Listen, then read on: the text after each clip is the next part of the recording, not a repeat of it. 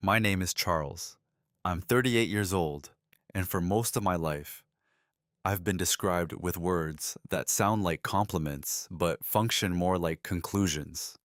Reliable, steady, low drama. In my family, that translated to something simpler, predictable. I'm the older brother, the one who studied finance instead of marketing, the one who stayed local instead of chasing headlines, the one who reads contracts all the way to the end. While others spoke quickly, I listened longer. While they reacted, I documented. I've never been the loudest person in the room, and in families that build businesses, volume often gets mistaken for leadership. Our company was valued at $6 million, built over 3 decades by my parents. It wasn't flashy, it wasn't trendy, but it was stable, profitable, reputable. It paid mortgages. It funded college accounts. It carried our last name on every invoice. People assume stories like this are about betrayal or revenge or greed. This one isn't. This is about timing, about silence, about reading what others sign without reading. The day my mother died, I thought the hardest part would be standing beside her casket. I was wrong. While I was at her funeral, my younger brother transferred our family company into his name. He moved fast. I read the contract faster. I'm not telling this story to humiliate him, and I'm not telling it to glorify myself. There was no shouting match, no dramatic confrontation in a boardroom. What happened unfolded quietly through clauses, signatures, and a line buried in the shareholder agreement that everyone else forgot existed. If you've ever been underestimated because you weren't loud, if you've ever been assigned the role of the reasonable one, if you've ever watched someone mistake your silence for surrender, you might understand this story. This isn't about destroying someone. It's about what happens when someone assumes you won't defend yourself. I didn't raise my voice. I didn't threaten.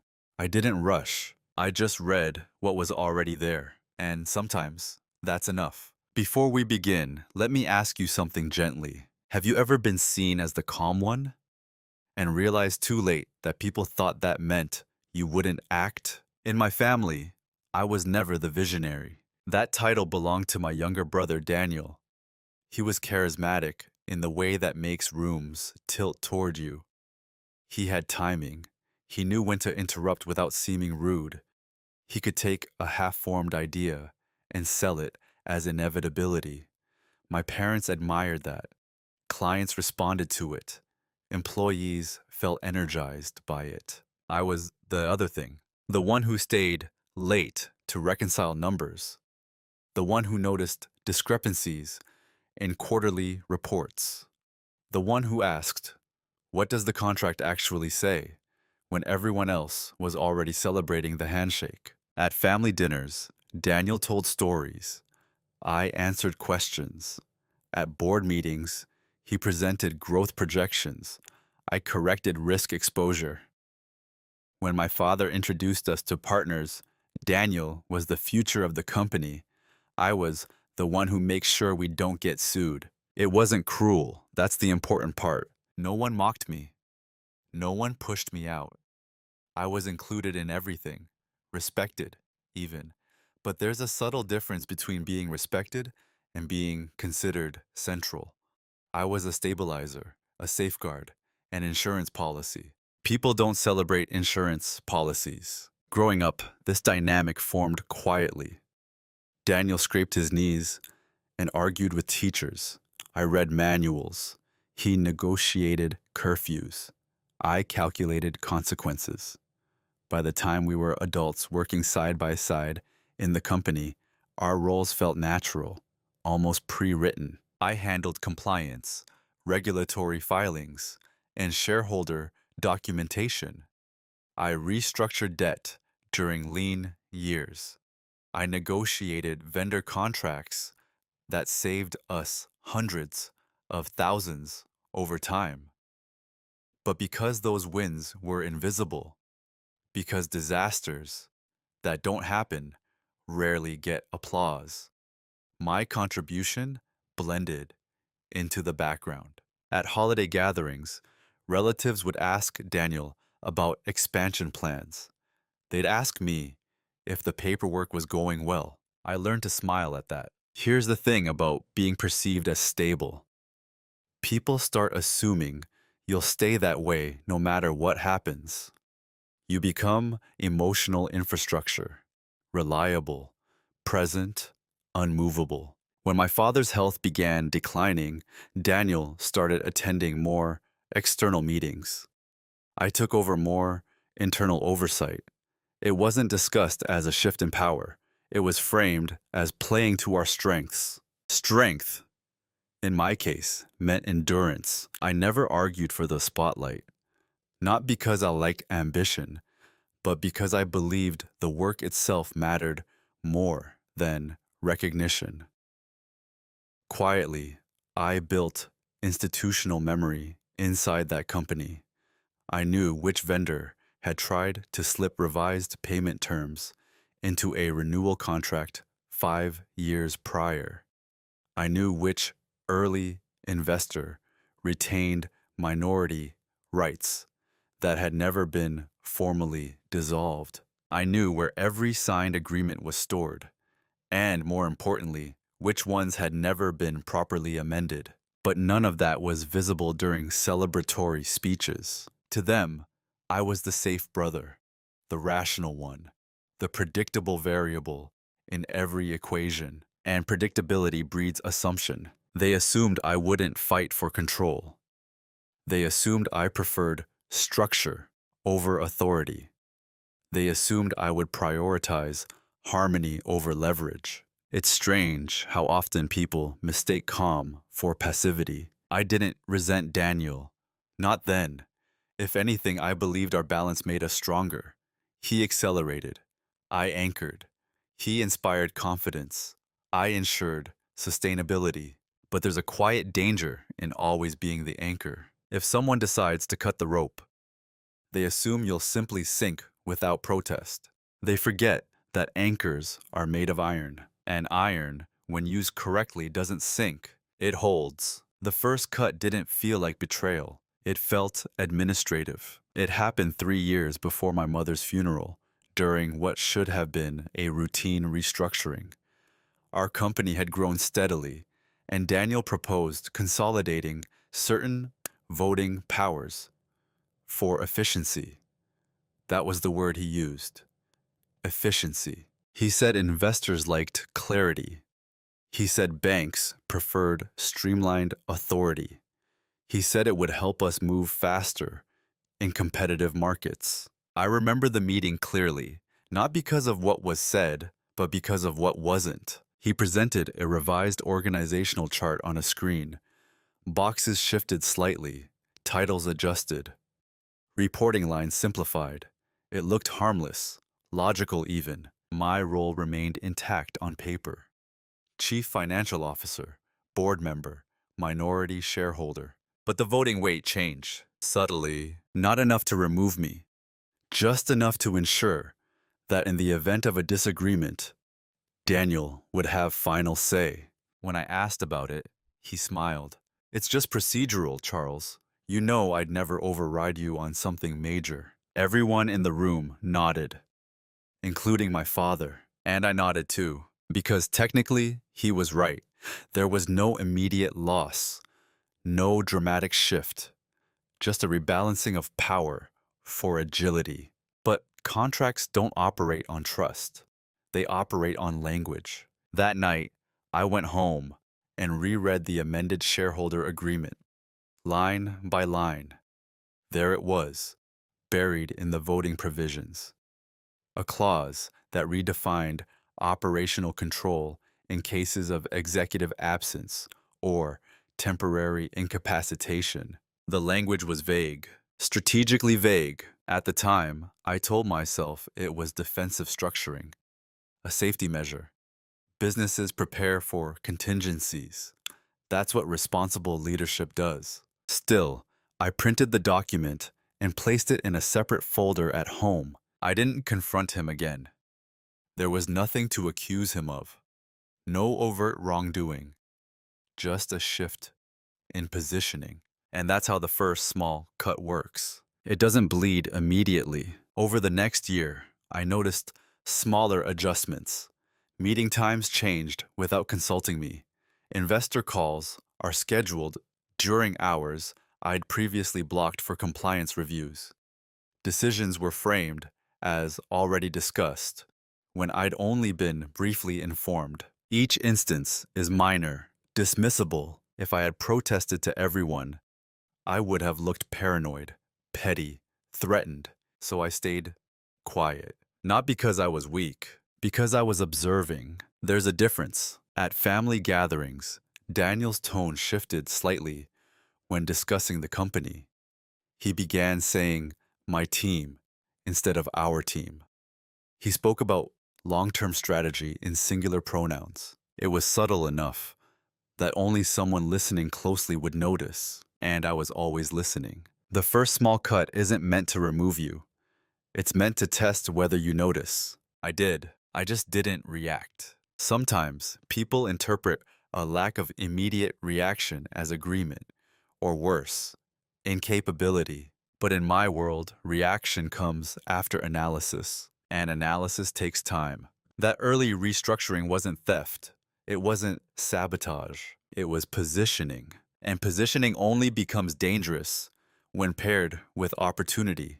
At the time, I believed the opportunity would never come. I was wrong. Disrespect rarely arrives as an insult. It arrives as efficiency, as urgency, as "we didn't want to bother you." After the restructuring, the changes didn't escalate dramatically.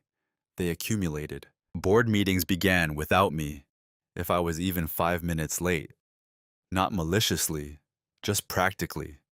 "We know you'll catch up," Daniel would say, and I would. I always did. Vendor negotiations that once required my sign-off were pre-discussed before I saw the documents. "We've already agreed in principle," I'd hear, as if the legal details were formalities instead of safeguards. Each instance had a plausible justification, and that's what made it difficult to challenge. If I objected, I risked appearing territorial, defensive, insecure about my relevance. I had built my identity on being rational, controlled, measured, so I rationalized. Daniel moves quickly. The market is competitive. He trusts me to clean up the details. I told myself that last one more than once. There's a subtle psychological shift that happens when people stop asking for your input before making decisions and start informing you afterward. You're still included, but you're no longer shaping the direction. You're maintaining it, and maintenance doesn't command authority. I began noticing language changes. During investor updates, Daniel referred to compliance adjustments as housekeeping. Risk assessments were precautions. My work was framed as protective rather than strategic. It wasn't wrong, but it wasn't complete. Once, during a meeting with a potential acquisition target, the founder asked a detailed question about tax exposure under a multi-state expansion scenario. Before I could answer, Daniel jumped in. "Charles handles that," he said with a smile. "He's our risk firewall." The room laughed lightly. Firewall. I understood the compliment, but firewalls are defensive systems. They protect what others build. They don't lead. After the meeting, I reviewed the acquisition draft agreement. It contained a minority shareholder protection clause, one we had used years ago to reassure early investors. It required unanimous consent for ownership transfers exceeding a certain threshold. I made a note of it. At the time, it seemed academic. The normalization of dismissal works because it's gradual. There was no single moment where I could point and say, "that was the line." Instead, There were dozens of micro moments, decisions pre-framed, votes pre-counted, directions preset. I remained composed. I continued doing my job thoroughly. I ensured regulatory compliance was tightened. I archived every amendment. I digitized decades of contracts that had previously only existed in filing cabinets. No one objected. Invisible work rarely threatens anyone, but internally, something was shifting. Not anger, awareness. I began separating emotion from information. I stopped seeking reassurance that my role mattered. Instead, I focused on understanding the structural reality. What power did I actually retain? What protections were active, not assumed? What clauses had been written during optimistic years that no one remembered during confident ones? Daniel interpreted my quietness as comfort, stability, perhaps even resignation. But it wasn't resignation, it was recalibration. The most dangerous thing about normalized disrespect is that eventually people stop hiding it.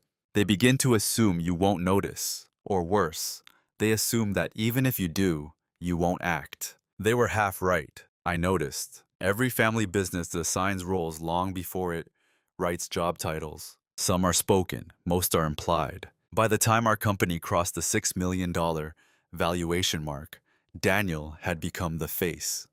He attended conferences. He gave interviews to regional business journals. He shook hands with city officials and spoke confidently about expansion. I was introduced as the backbone. It sounded honorable. Backbones support. They don't direct. At home, the roles were even clearer. My mother would ask Daniel about big plans. She would ask me if payroll was stable.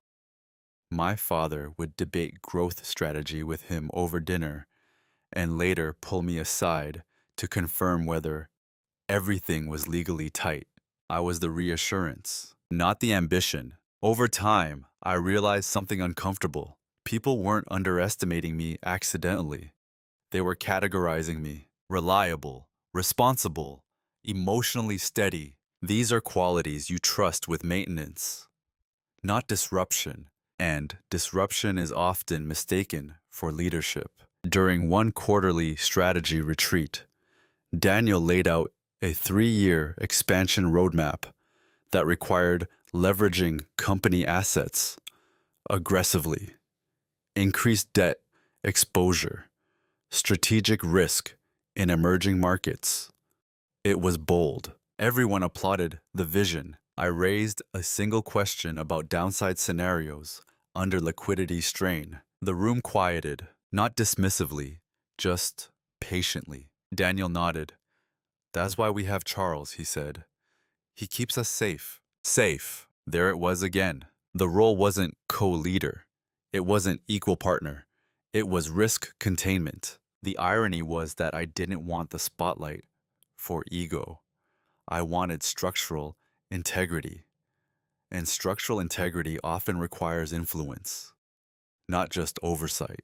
But I had accepted the assignment. Part of me believed that harmony mattered more than hierarchy. As long as the company thrived, titles were secondary.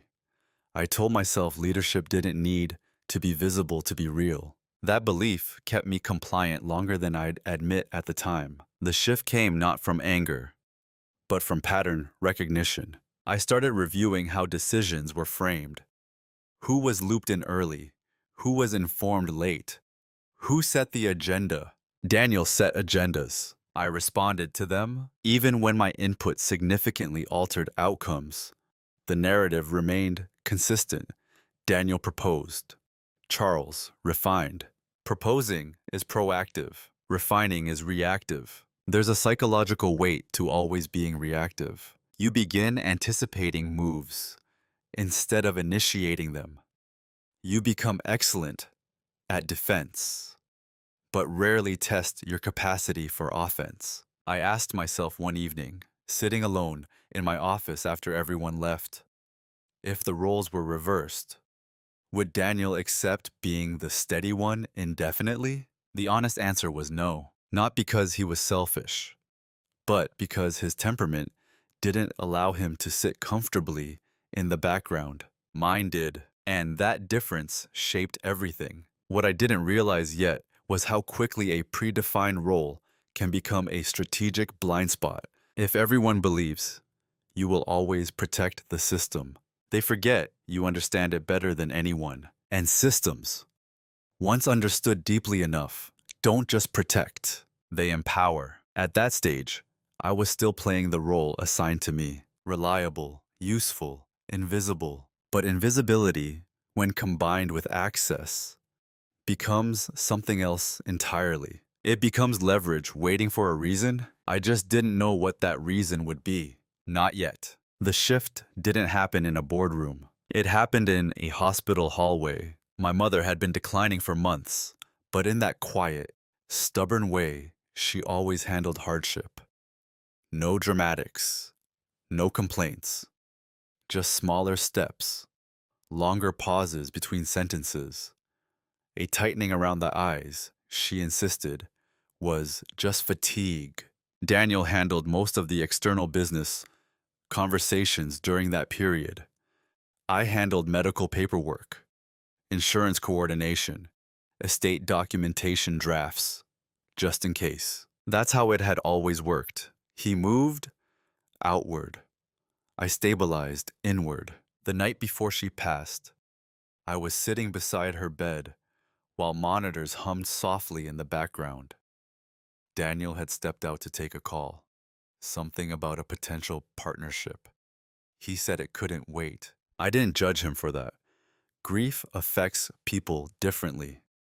Some move toward work because it feels controllable. I stayed. At one point, my mother looked at me, not weakly, but clearly, present, focused. "Make sure everything is fair," she said. It wasn't dramatic. It wasn't whispered like a movie scene.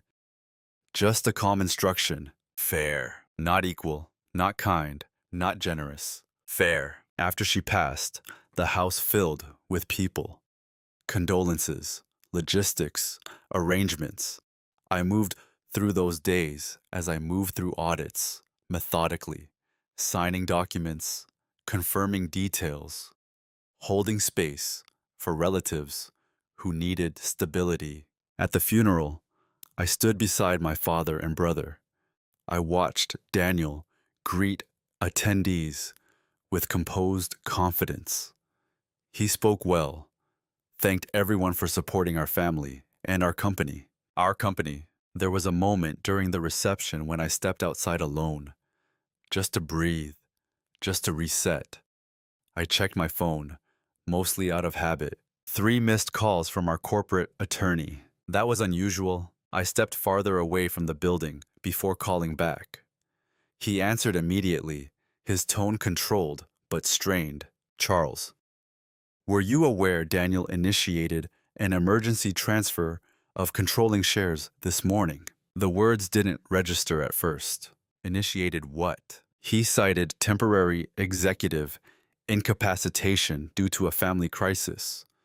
The amended voting provision allows interim consolidation of operational control pending formal review. Family crisis. My mother's death. I stood very still. Was I listed as incapacitated? I asked. Not explicitly, the attorney said carefully, but the language implies operational absence during critical transition. I didn't raise my voice. I didn't argue. I thanked him, hung up, and looked back at the building where my mother's memorial photo stood framed near the entrance. Daniel moved fast. In that moment, something inside me recalibrated.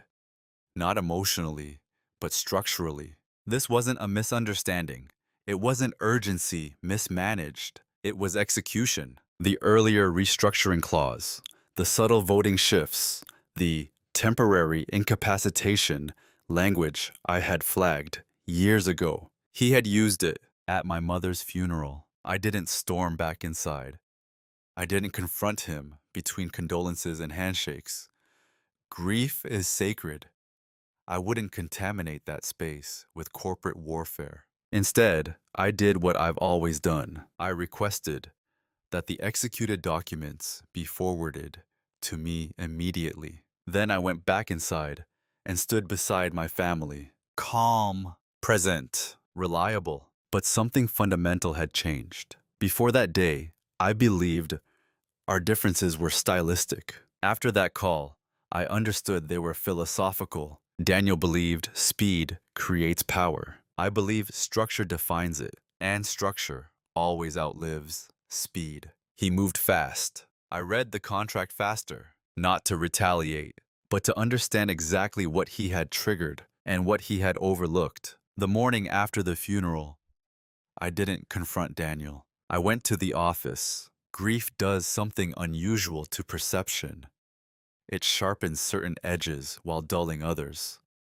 That week, I felt almost clinically clear, not numb, just precise. When I arrived, the atmosphere felt normal, too normal. Employees offered condolences. A few mentioned that Daniel had sent a company-wide email about temporary leadership consolidation to ensure stability during family transition. Stability. The word almost made me smile. I asked my assistant to forward me a copy of that email. Then I went into my office, closed the door, and began reviewing the transfer documents the attorney had sent overnight. Daniel hadn't forged anything. He hadn't broken the law. He had activated a clause that allowed majority operational control during periods of executive functional absence. It required board notification, but not unanimous approval. Clever. On the surface, it appeared airtight. He assumed I would object emotionally, that I would frame this as betrayal, that we would have a private argument, perhaps renegotiate informally. But I wasn't interested in arguing. I was interested in interpretation. Contracts are living organisms. They breathe through cross-references. Definitions in one section reshape meaning in another. I printed the full shareholder agreement, including amendments dating back 15 years. Then I pulled archived drafts from my personal records, the ones I'd kept at home, the ones no one else remembered existed in earlier versions. Silence, at that point, became intentional. Daniel knocked on my door around noon. He looked tired, but composed. "I didn't want to blindside you," he said carefully, "but the company needs clear leadership right now." "I understand," I replied, and I meant it. From his perspective, he had ensured continuity, prevented ambiguity, positioned himself as decisive during the crisis. He mistook my calm for acceptance. "I'll make sure compliance stays aligned," I added. That sentence reassured him more than anything else I could have said. Compliance, maintenance, the familiar role. He left my office confident. What he didn't notice was that I had stopped reacting entirely. Not because I felt powerless, but because I was evaluating leverage. Anger would have narrowed my thinking. Silence expanded it. Over the next several days, I attended meetings as usual. I let Daniel chair them. I watched how he referenced his new authority. I listened to how employees adapted their tone, subtly more deferential, slightly quicker to agree. Power, once declared, reshapes behavior immediately. But declarations and entitlements are not the same thing. At night, I mapped the agreement structure, section by section, amendment by amendment. There was one provision Daniel had always considered obsolete, a protective clause written years ago to reassure early minority investors. When we first scaled beyond a small family operation, it hadn't been removed. It hadn't been updated either. And because it hadn't been recently relevant, it had been psychologically archived by everyone except me. Silence gave me something louder than confrontation ever could. Time. Time to verify. Time to cross-reference. Time to determine whether his emergency consolidation triggered secondary protections automatically. If it did, the implications were irreversible, not explosive, just procedural. Daniel believed speed secured control. I believed language preserved it. And language, once activated correctly, doesn't argue, it enforces. By the end of that week, I wasn't grieving differently. I was thinking differently. Silence was no longer the default. It was a strategy. Preparation doesn't look dramatic from the outside. It looks like routine. That was my advantage. While Daniel adjusted to sitting at the head of the conference table, I adjusted to a different rhythm. I stopped trying to influence meetings in real time. Instead, I documented everything after they ended. Timestamps, language used, justifications cited for invoking temporary control. Not because I needed ammunition, because I needed alignment. Contracts are ecosystems. When you trigger one clause, you often awaken others that were written to counterbalance it. Most executives read vertically, section by section, in isolation. I read horizontally. I followed definitions across pages. I traced dependencies between provisions written years apart by different law firms with different assumptions. The Minority Shareholder Protection Clause had been drafted 12 years earlier when we accepted capital from two outside investors. At the time, they insisted on safeguards against unilateral ownership consolidation. One paragraph stood out. Any material alteration in control structure, including temporary consolidation exceeding 30 consecutive days, automatically reactivates minority review rights, including mandatory liquidity options at pre-event valuation benchmarks. Pre-event valuation benchmarks. I leaned back in my chair when I reread that line. Daniel had triggered a temporary consolidation, citing crisis management.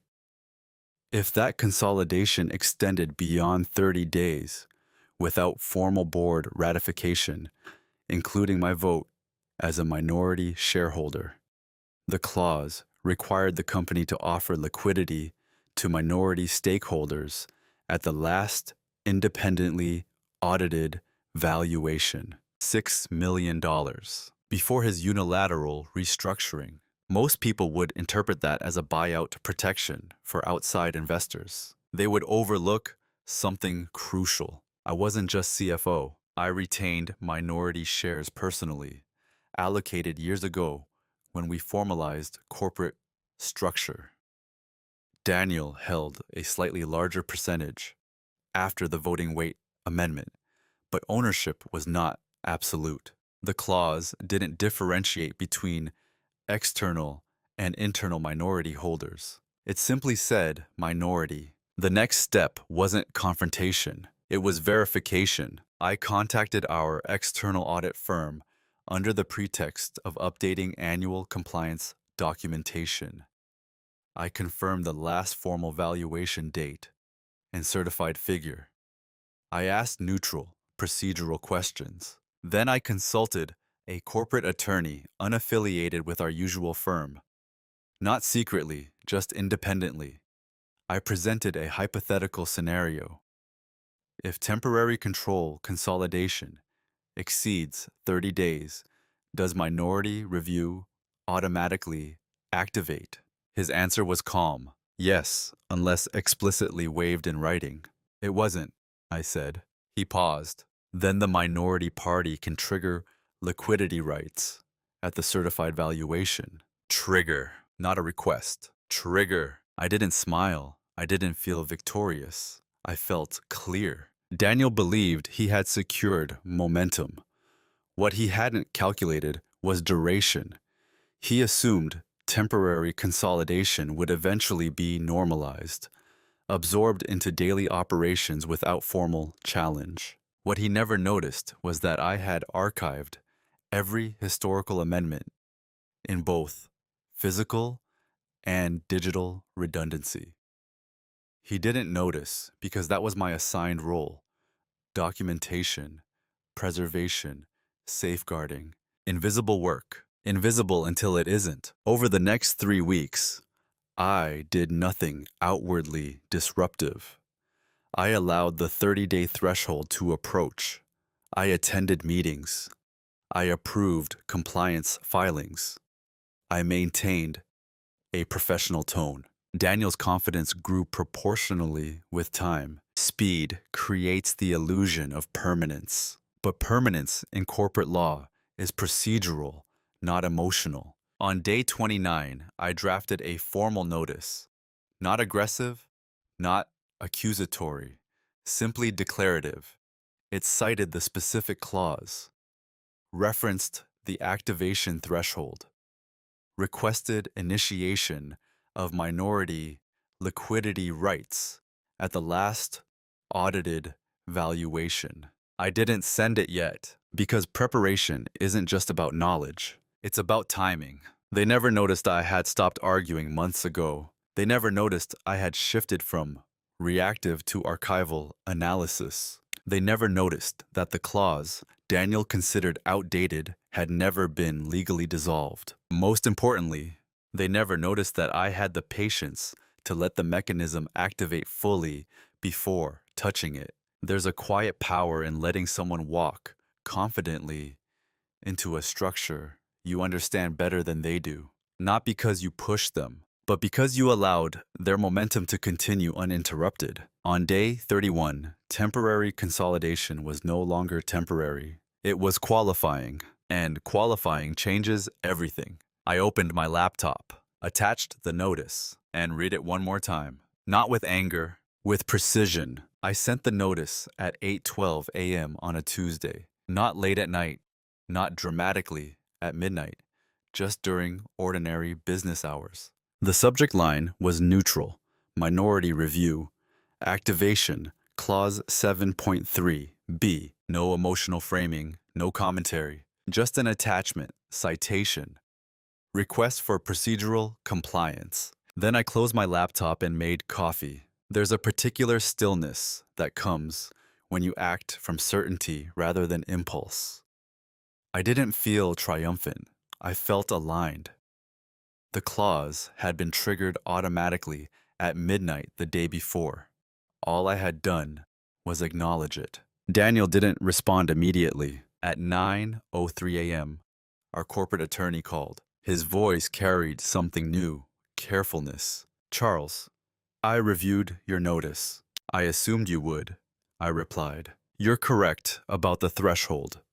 The consolidation period exceeded 30 days without unanimous ratification." "I'm aware." A pause. "If you formally exercise liquidity rights, the company is obligated to initiate a buyout at the last audited valuation. $6 million. Pre-expansion. Pre-aggressive leverage. Pre-restructuring optics." The number mattered less than the timing. Daniel had consolidated operational control, expecting to scale valuation upward over the next year. The clause froze the reference point before that trajectory. It didn't penalize him. It simply ignored his acceleration. By 10:15 a.m., Daniel was in my office. He closed the door more firmly than usual. "What is this?" he asked, holding a printed copy of my notice. "It's procedural," I said calmly. "Temporary consolidation exceeded 30 days. You know that clause was written for outside investors." "It doesn't say that." He stared at me, not angry, but recalculating. "You're not actually going to force a liquidity event." I folded my hands on the desk. "It's already been forced.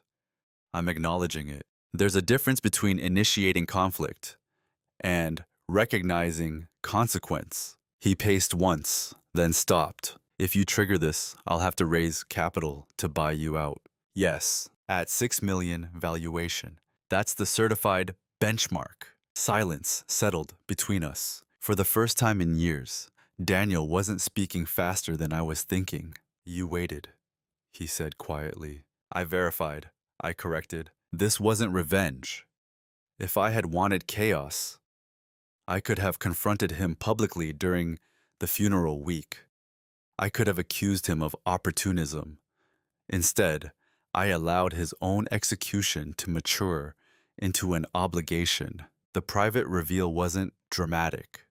No shouting, no threats, just recognition. He had moved fast. I had read comprehensively. The clause didn't give me control of the company. It gave me leverage over its ownership structure. Two very different forms of power. Over the next few days, legal confirmations formalized the position.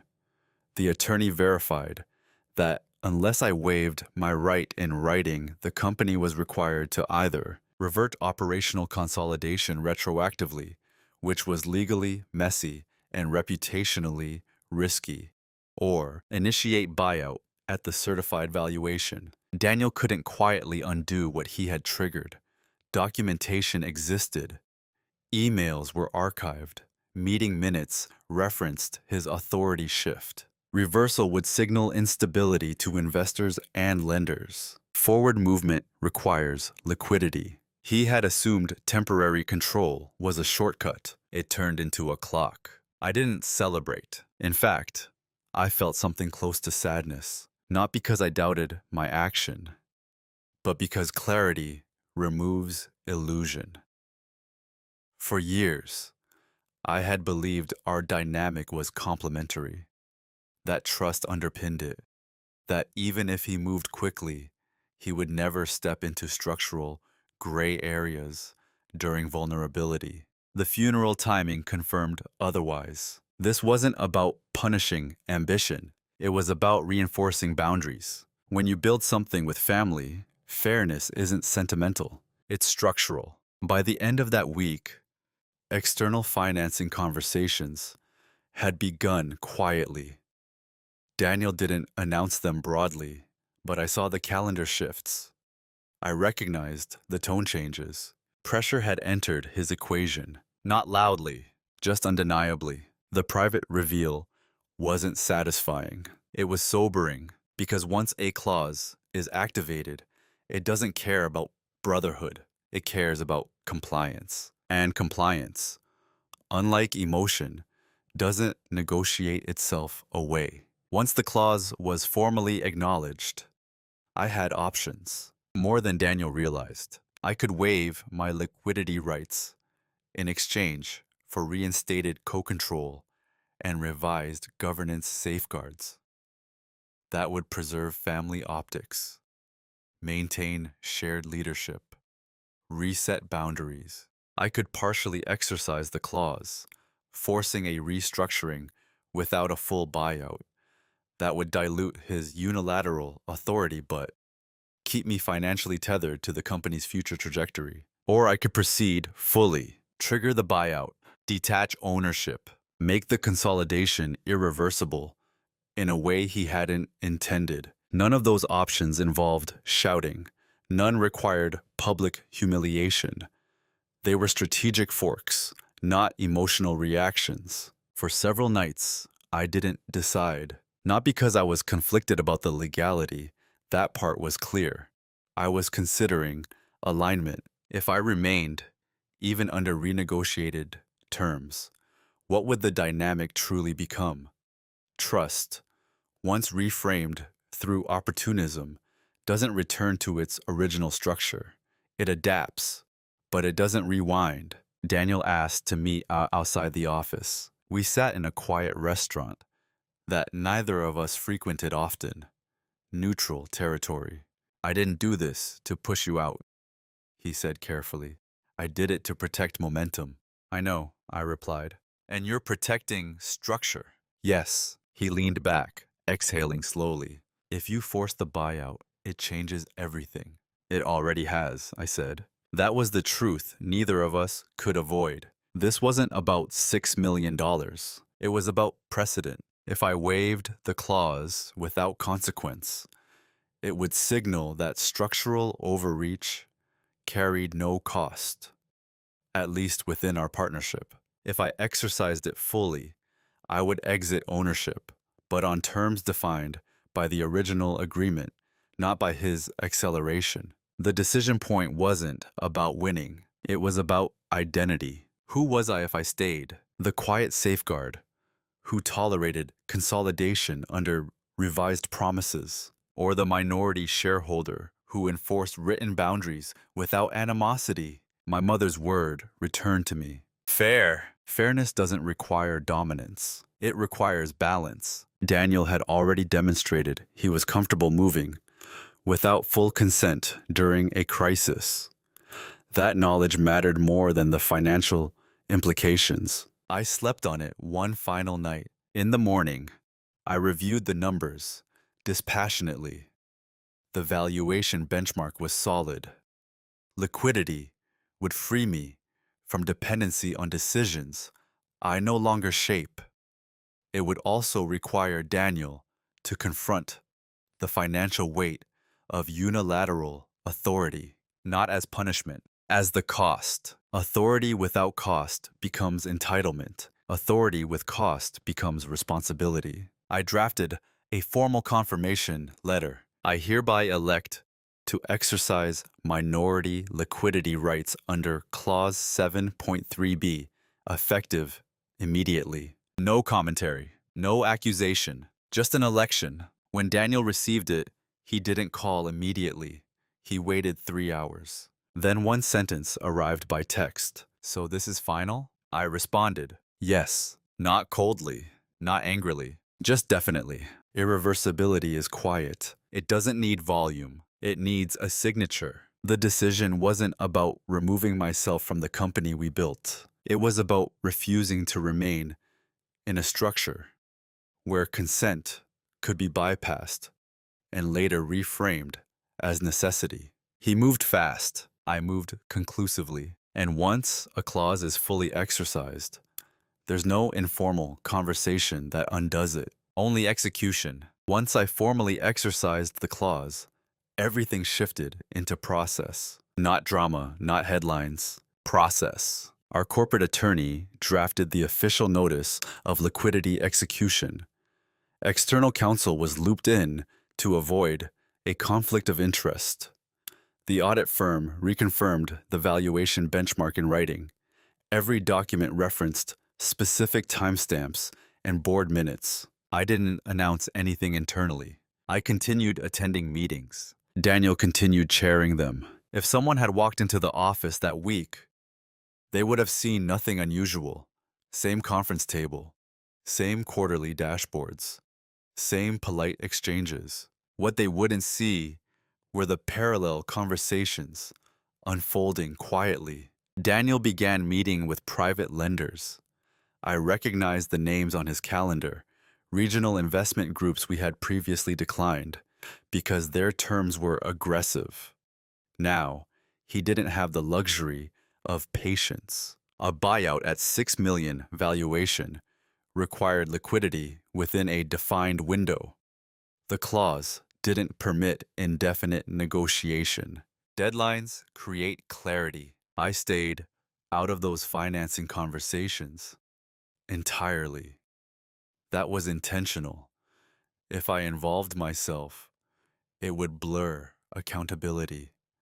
This was his consolidation, his authority, his obligation. I focused instead on transition planning. If and when the buyout is executed, I would no longer hold minority ownership. That meant unwinding my equity position cleanly, transferring voting rights, updating regulatory filings. Precision matters in exits. There's a temptation, in moments like this, to savor leverage, to subtly display it. I did neither. I didn't correct Daniel publicly when he referenced long-term expansion plans that assumed retained capital. I didn't remind him that liquidity would reshape those projections. Silence, again, was a strategy, not passive silence, observational silence. On day 12 after my formal election, Daniel entered my office with a different posture. Not defensive, not aggressive, measured. I've secured conditional financing, he said. At what rate? I asked. Higher than ideal. I nodded. Cost. Authority with cost. He placed a draft term sheet on my desk. I scanned it briefly, not to advise, but to understand scale. The interest burden would constrain expansion for at least 2 years. I'll ensure compliance transitions smoothly, I said. That was the only operational commitment I made. He studied me for a moment. You're not enjoying this, he said. No, I replied honestly. I'm respecting it. There's a difference. By the end of the month, the documentation will be finalized. Funds transferred into an escrow account, pending equity release. Board minutes recorded the transaction as minority liquidity fulfillment pursuant to Clause 7.3b. Clinical language, permanent impact. When the transfer cleared, my ownership stake converted into capital, clean, verified, undisputed. I walked through the office that afternoon with the same calm pace I always had. A few employees smiled. One asked if I was heading home early.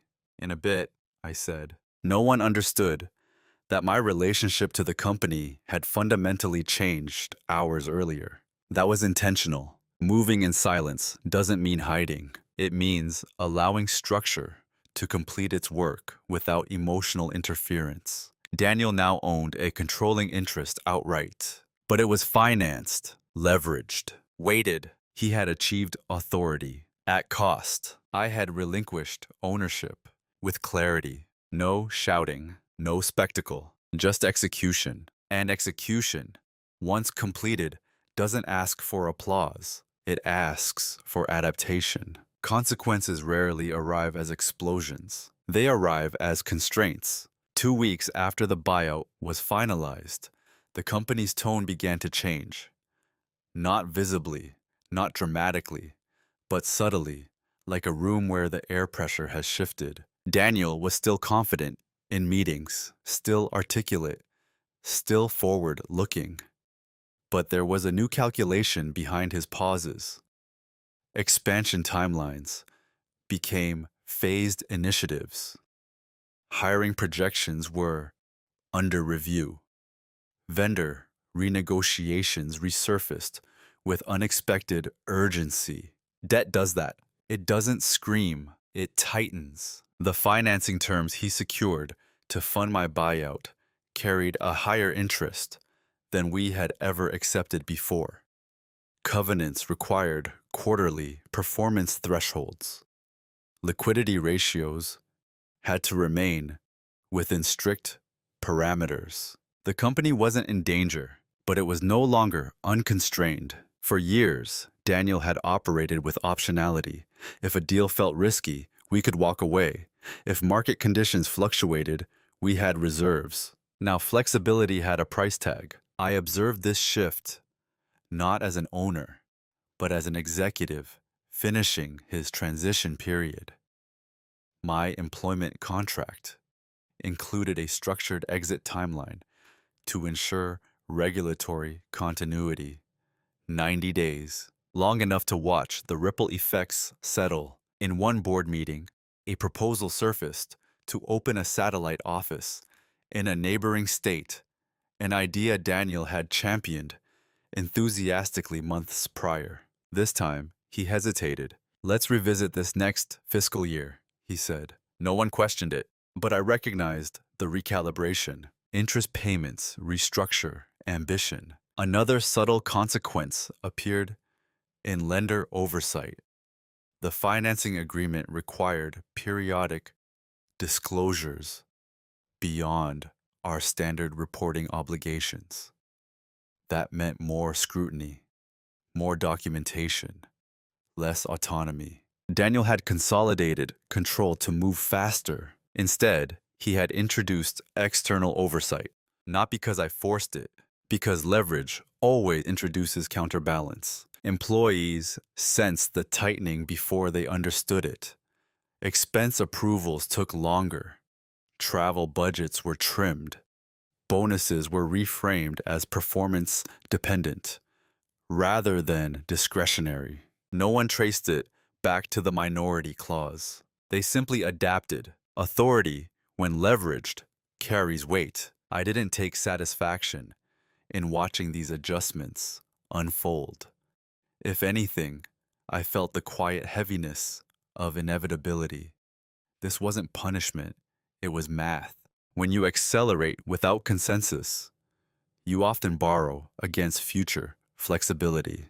Daniel stopped by my office one afternoon near the end of my transition period. "It's manageable," he said, almost preemptively. "I know," I replied, "but it's tighter than I anticipated." "I'm sure it is." He leaned against the doorframe, not defensive, just reflective. "You could have stayed," he said. "We could have renegotiated." "Yes," I agreed. "But you didn't give me the choice before acting." That was the part neither of us needed to debate further. The consequences weren't catastrophic. They were instructional. The company remained stable. Clients stayed. Revenue held steady. But the margin for error narrowed. Daniel had gained full ownership, but ownership financed under pressure feels different than ownership earned through consensus. On my final official day as CFO, I walked through the accounting department one last time.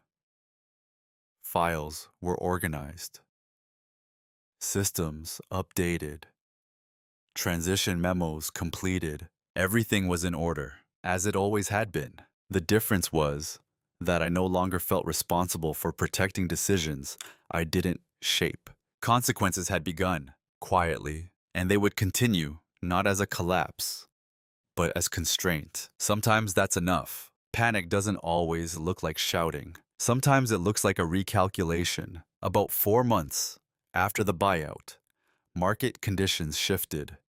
Not dramatically, but enough. Interest rates ticked upward. One of Daniel's anticipated partnership deals stalled due to regulatory delays. Cash flow projections tightened further under the weight of financing covenants. The company was still profitable, but now profitability had obligations attached. Daniel called me one evening, not as an executive, not as a co-owner, as my brother. "Can we talk?" We met at my house this time. No conference table, no legal folders. Just 2 chairs on the patio as the sun dropped behind the fence line. "I underestimated the drag," he said. "I assumed you ran projections," I replied calmly. "I did, but I didn't factor in how quickly external variables could compound. Debt amplifies volatility. That's basic finance. But when you're driven by momentum, drag feels theoretical until it isn't. I thought consolidating control would simplify things," he continued. "Instead, I introduced new oversight, new pressure." I listened. This wasn't an apology, not fully. It was recognition. "You moved during a crisis," I said. "That changed the structure. I thought you'd push back immediately, argue, force renegotiation. I don't argue with activated clauses." He gave a tired, half smile. "Yeah, I've learned that." There was a long silence between us. Not hostile, just honest. "Would you consider reinvesting?" he asked finally. "Not as a minority, as a partner again. We could restructure." The question wasn't absurd. Financially, I had liquidity now. I had freedom. I had options to invest elsewhere or return under new terms. But structure isn't just numbers. It's precedent. "If I return," I said carefully, "it would require governance safeguards stronger than before. External oversight, shared consent provisions that can't be bypassed during crisis." He exhaled slowly. "That limits agility. It enforces balance." The problem wasn't whether the company could recover flexibility over time. It likely would. Businesses adapt. The problem was trust recalibrated through action. "You can refinance eventually," I said. "Reduce pressure, regain space. But it will take years." Yes, years shaped by a decision made in one morning. Too late to fix doesn't mean impossible to survive. It means irreversible without cost. Daniel stared at the darkening yard. I didn't think you'd actually leave, he admitted. That's why I did. Not out of spite, out of clarity. When someone assumes you won't act because you're calm, the most disruptive thing you can do is act without noise. He nodded slowly. I can't undo it, he said. No, I agreed. You can only manage it. We didn't hug. We didn't resolve everything. But something important shifted. Not control, not ownership, understanding. He finally saw that my silence had never been absence. It had been evaluated, and by the time he realized that, the mechanism had already completed its cycle. Too late to fix, but not too late to learn. The real confrontation didn't happen in anger. It happened in clarity. About 6 months after the buyout, Daniel asked me to join him at the office after hours. Not for a meeting, not for negotiation. For closure, he said. The building felt different when it was empty. Without phones ringing or keyboards clicking, the silence carried memory. This was the place we grew up in, where we watched our father sign his first large contract, where we learned payroll cycles and supplier relationships before we learned how to file taxes. We sat across from each other in the conference room, no audience, no attorneys. I want to understand something, Daniel said. Why didn't you confront me the day you found out? Because confrontation would have made it emotional, I replied, and emotion would have blurred the structure. You could have stopped it earlier. Yes. Why didn't you? I held his gaze evenly. Because you had already acted. Stopping it mid-process would have signaled panic. Letting it complete revealed consequence. He leaned back, absorbing that. I wasn't trying to take from you. I know. I was trying to prevent drift. And in doing so, you created an imbalance. There was no accusation in my tone, just sequence. He nodded slowly. I always thought you'd prioritize stability over position. I did, I said, until stability was redefined without my consent. That was the center of it. He hadn't tried to humiliate me. He hadn't insulted me. He had simply assumed I would adapt to whatever structural change he initiated. And for years, that assumption had been correct. I misread you, he said quietly. You relied on a version of me that no longer fit the circumstances. Silence settled between us again, but this time it wasn't heavy. It was measured. Do you regret it? He asked. No. The answer surprised him. I regret the timing, I continued. I regret that it happened during grief, but I don't regret enforcing the agreement. You could have destroyed the company, he said. I didn't. That mattered. I had exercised a clause, not orchestrated a collapse. The company survived. It adjusted. It carried weight, but it carried on. That's what I didn't understand, Daniel admitted. You weren't trying to win. No, I said. I was refusing to lose quietly. There's a difference. He stood and walked toward the window overlooking the parking lot.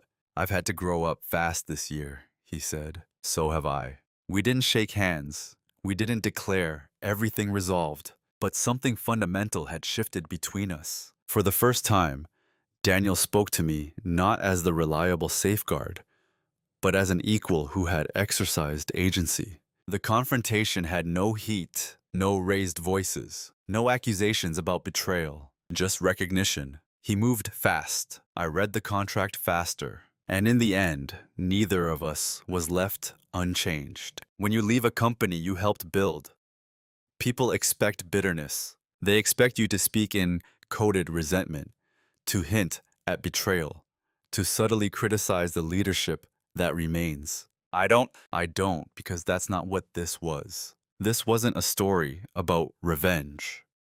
It wasn't even a story about power, at least not in the way most people define it. It was about alignment. For years, I had defined myself as the stabilizer, the one who absorbed volatility so others could accelerate. There's dignity in that role. There's strength in it. But strength without boundaries becomes an assumption. The buyout didn't redefine my identity, it clarified it. I'm still calm, still deliberating, still someone who reads every page before signing, but I no longer confuse silence with obligation. I no longer believe that being reasonable means being indefinitely accommodating. After the transition, I didn't rush into another executive position. I took time. I consulted for a few mid-sized firms, quietly restructuring governance frameworks, helping founders understand minority protections before conflicts emerged. It's interesting how often entrepreneurs focus on growth clauses and ignore balance clauses. Acceleration is exciting. Safeguards feel restrictive until they're essential. I've built a smaller practice now. Advisory work. Strategic compliance architecture. I sit across from founders and ask questions most people avoid. What happens if control shifts unexpectedly? What protections activate automatically? Who has authority during a crisis? And who defines crisis? Those conversations matter more than flashy projections. Daniel and I speak regularly, not about the clause, about life, our father's health, market shifts, the occasional industry rumor. The tension that once sat beneath every business discussion is gone. Not because we repaired it through dramatic reconciliation, but because we no longer share structural dependency. Distance can restore respect in ways that proximity sometimes erodes. The company continues. It's leaner, more cautious. Daniel has refinanced part of the original debt at better terms. It took time. It required humility. But he did it, and I respect that. People sometimes ask if I miss ownership. I miss the history. I miss the early mornings walking through a quiet office, knowing every system inside it. But I don't miss negotiating my relevance inside a structure that underestimated it. Who I am now isn't louder, it's clearer. I understand that calm isn't a personality trait, it's a discipline. And discipline, when paired with boundaries, is a form of quiet dominance most people don't recognize until it's exercised. I didn't need to win publicly. I needed to act consistently with who I am. He moved fast. I read the contract faster. And now, when I enter rooms, I'm not seen as the reliable background figure. I'm seen as the person who understands what agreements truly mean. That's not louder, it's stronger. If you've stayed with me this long, you already understand something important. This was never about $6 million. It was about what happens when someone mistakes your temperament for your limits. I didn't raise my voice. I didn't expose my brother publicly. I didn't try to sabotage what we built. I read what we had agreed to, and I honored it fully. There's a quiet misconception that power belongs to the fastest person in the room, the boldest, the most decisive. And sometimes that's true in the short term. But long-term power belongs to the person who understands structure, to the one who reads past the headline and into the clause, to the one who knows that temporary decisions can activate permanent consequences, to the one who stays calm long enough to see the whole board. My brother moved quickly because he believed speed would secure control. I moved deliberately because I understood that control without consent carries a cost. Neither of us was a villain. Neither of us was perfect. We were two different philosophies colliding inside the same system. Here's the part that matters most. You don't have to become louder to become stronger. You don't have to humiliate someone to enforce a boundary. And you don't have to announce your leverage for it to work. Sometimes, the most powerful sentence you can say is, I elect to exercise the agreement. No anger, no spectacle, just clarity. If you've ever been underestimated because you were calm, if you've ever been assigned the role of the reasonable one, If you've ever watched someone assume you wouldn't act, what would have happened if you had simply read the contract? I'm curious, in your life, have you ever mistaken someone's silence for weakness? Or had yours mistaken by someone else? Let's talk about it in the comments.